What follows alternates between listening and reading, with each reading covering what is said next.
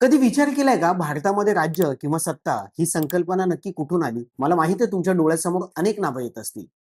इतिहासाच्या पानामध्ये आपण वाचतो मौर्य, गुप्त, मुघल, मराठा, मोठी नावं, मोठी साम्राज्य. पण प्रश्न असा आहे की या सगळ्यांच्या आधी कोण होतं? आणि आजची ही माहिती तुम्हाला घेऊन जाणार आहे भारताच्या इतिहासातील त्या अध्यायाकडे जो अभ्यासक्रमात नाही, बहुतेक पुस्तकात पण नाही, पण तो एम्पायर बिल्डिंगच्या मुळाशी आहे. आज आपण बोलणार आहोत भिल्लांच्या साम्राज्याबद्दल. भिल्ल नेमकी कोण आहेत याची कल्पना तुम्हाला आहे का? भिल्ल हे भारतातील प्राचीन वनवासी आदिवासी समाजांपैकी एक. त्यांची भौगोलिक सीमारेषा महाराष्ट्र, गुजरात, राजस्थान, मध्य प्रदेश पर्यंत पसरलेली होती. इतिहासात त्यांना अनेक नावांनी ओळखलं गेलं. जंगलाचे रक्षक, डोंगराचे मालक आणि सर्वात महत्वाचे म्हणजे जमिनीचे अधिकारी. भिल्ल म्हणजे फक्त शिकारी नाहीत, ते उत्तम ऍडमिनिस्ट्रेटर्स, संरक्षक आणि उत्तम लीडर होते. तुमच्यासाठी ही माहिती नवीनच असेल ना? राज्य ही संकल्पना एका रात्रीत निर्माण होत नाही. इतिहासकार सांगतात राज्य निर्मितीचे 3 टप्पे असायचे. पहिला, शिकारी यांची कम्युनिटी बनायची. दुसरा, कम्युनिटीचं रूपांतर संघटित समूह शासनात व्हायचं. आणि तिसरा, समूह शासनाने राज्य निर्माण करायचं. भारतामध्ये बहुतांश समाज पहिल्या आणि दुसऱ्यामध्ये अडकलेला असताना भिल्ल समाजाने दुसरा आणि तिसरा टप्पा लगेच गाठला. आणि याच कारणामुळे इतिहासकार H.D. संकलिका लिहितात, भिल्लांची राजकीय रचना भारतातील प्री स्टेट फॉर्मेशनचं बेस्ट एक्झाम्पल आहे. भिल्ल साम्राज्याची खरी ताकद होती ऑर्गनायझेशन कॅपॅसिटी.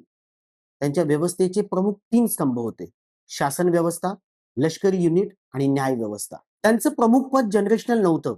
समाजाने निवडून प्रमुख ठरवायचा अशी त्यांची प्रथा होती. आणि अपयशी प्रमुखाला हटवण्याचे अधिकार पूर्णपणे समाजाकडे होते. त्यांच्या समाज चालण्याचे सुद्धा काही नियम होते. शेजारी जमातींशी करार, मॉरल कोड ऑफ कंडक्ट अशी सिस्टम फॉलो केली जायची. हे सगळं ऐकताना आज लोकशाहीशी काहीतरी सिमिलरिटी आहे असं वाटतंय ना?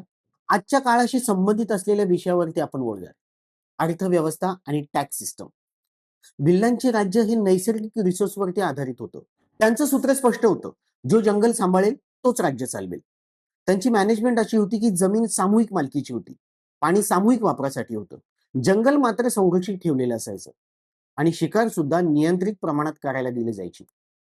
आणि जर त्यांच्याबरोबर व्यापार करायचा असेल तर परवानगीनेच व्यापार करायला मान्यता होती. आपल्या देशातील इतकी जुनी पण सिस्टमॅटिक कामाची पद्धत आपल्याला खरंच माहिती होती का? टॅक्स सिस्टम पैशावरती नाही तर इसेन्शियल रिसोर्सवरती आधारित होते.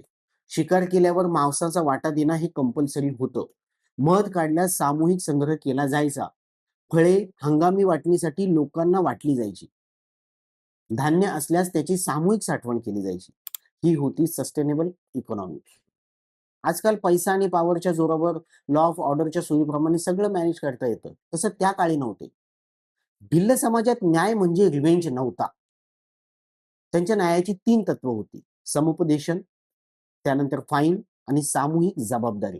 लष्कर आणि युद्धनीती यांची ओळख धनुष्यबाण जरी असली तरी भिल्लांची खरी ताकद होती गनिमी कावा.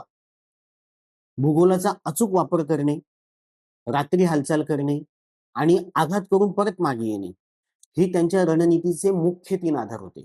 इतिहासकार मान्य करतात मराठा साम्राज्यातील गनिमी काव्यावर भिल्लांचा खूप मोठा प्रभाव होता. शिवकालीन दस्तावेज सांगतात डोंगरात जाण्यास भिल्ल मार्ग दाखवायचे. भिल्ल हे कधीच पूर्णपणे सरेंडर झाले नाहीत. त्यांनी इक्वल करार केले चालुक्य, परमार, राठोड, मुघल आणि मराठा साम्राज्याबरोबर.